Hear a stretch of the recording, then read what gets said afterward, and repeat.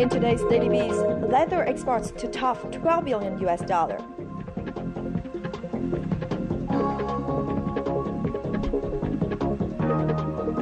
Safeguard tax poses difficulties for vegetable oil businesses. And later on, Ho Chi Minh City sees economic recovery. Hello, I'm Ming Chang, and this is Daily Bees brought to you by VTV International. Let's start with some updates on the stock market. The Ho Chi Minh City Stock Exchange advanced on Tuesday. The VN Index, the measures of 298 stocks and 2 closed-end funds, gained 3.82 points to end at 569.74 points.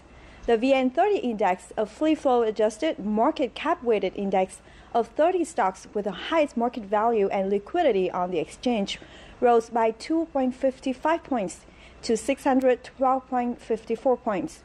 On the Hanoi Exchange, the HNX Index, the measure of 361 stocks, advanced 0.64 points to end at 76.62 points. The Upcom Index, the measure of unlisted public companies, jumped 0.10 points to end at 47.22 points.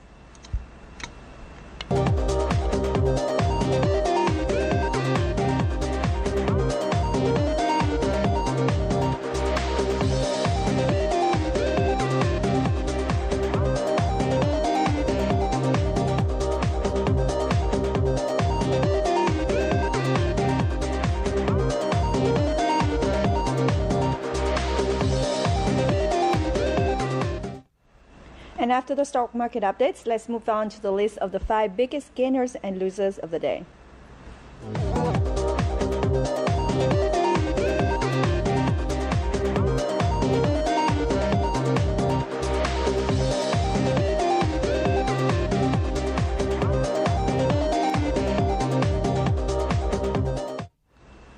You're watching Daily Bees. According to the Vietnam Leather and Footwear Association, exports were very good in the first half of the year, with footwear exports rising by more than 14% and handbags by over 18%. So leather footwear and handbag exports are expected to top $12 billion US this year. Phan Chi Dũng, director of the Ministry of Industry and Trade's Light Industry Department, says under the development plan for footwear industry, the government wants to raise local content in production to 60 to 65% by 2015 and 75 to 80% by 2020. The targets are hard to realize, and he admitted, but the signing of the FTA with the EU and TPP is expected to provide a boost to the rate. In other news, Vietnam's industrial production is seeing improvement, with estimated growth of 5.8% since in the first half of this year, higher than last year's 5.3% rise. June's industrial production index were estimated to increase 0.5% against the previous month, and this figure was also up by 6.5% against June last year. The industry's higher consumption is a positive signal for the industry recovery and development. Now, vegetable oil imported to Vietnam, including refined soybean and refined palm oil, was subjected to a safeguard duty rate of 4% since September the 7th last year. However, companies that temporarily import oil for re-export find the tariff troublesome. More in the following report. This is one of the vegetable oil businesses that are petitioning the Ministry of Industry and Trade and the Ministry of Finance. Businesses argue that although oils temporarily imported for re-export do not affect the domestic market, they still suffer from the tariff. Therefore, the Ministry of Finance should allow businesses a 4% tax refund. Because there hasn't been any regulation or circular about the tariff since last year's enforcement, reimbursement for some exports remain unsolved. We are sending documents to the Ministry of Finance and the Politburo to ask for a solution. According to the General Department of Vietnam Customs, under the current regulations on tax refund, there is no information regarding goods temporarily imported for re-export. Until now, businesses still have to pay for customs duty. The current difficulties mean that businesses face fierce competition. In the time of integration, we need to resolve problems quickly. After the safeguard tax was launched, domestic enterprises in 2013 had to cut production by 2/3, despite capacity being big enough to satisfy the domestic demand until 2015. Meanwhile, they have to lower the prices to compete with imported products.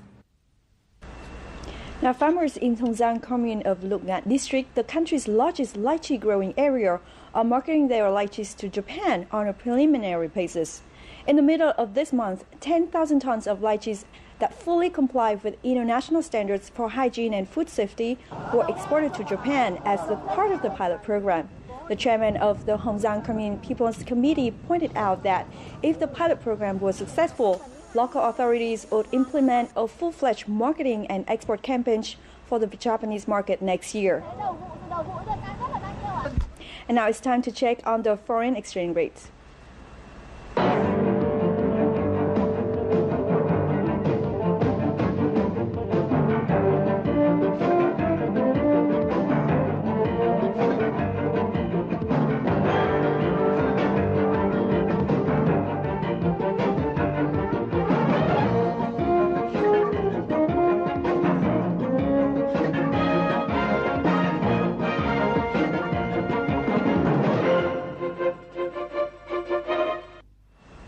Welcome back. After a long free fall, some segments of the real estate market have begun to show signs of revival, according to the Vietnam Business Forum magazine, or VBF. Neil McGregor, CEO of Savills of Vietnam, says that Vietnam's real estate market was now an attractive destination for investors, as it had already reached the bottom of the development cycle and the signs of recovery were more evident. Currently, Savills Vietnam customers from Japan, Singapore, and South Korea are planning to develop long-term residential projects in Vietnam. There are now 8 banks piloting the link program between investors, constructors, suppliers of building materials, and banks, aiming to overcoming difficulties and boosting sales of already built properties and building materials. Ho Chi Minh City's economy has continued growing stably with positive changes in production and national budget contribution, according to the City People's Committee's review of the socio-economic situation in the first 6 months of the year.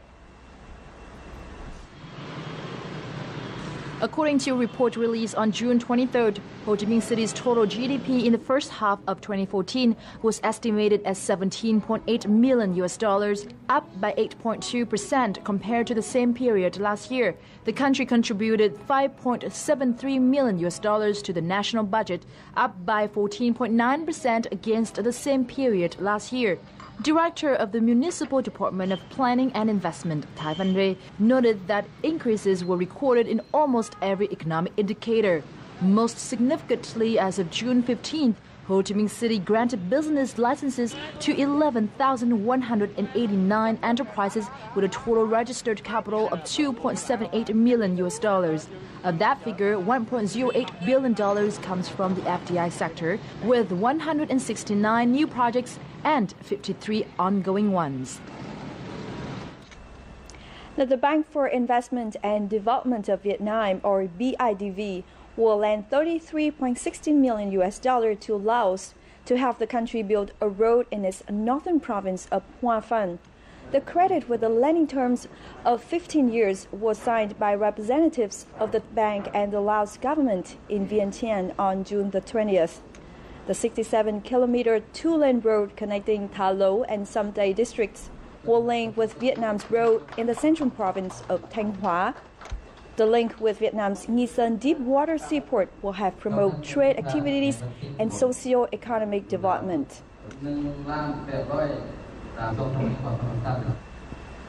And that piece of news wrap up our Daily Beast today. Thank you very much for watching, and you can always rewatch our program by simply logging on to vtv4.vn. Thank you and goodbye.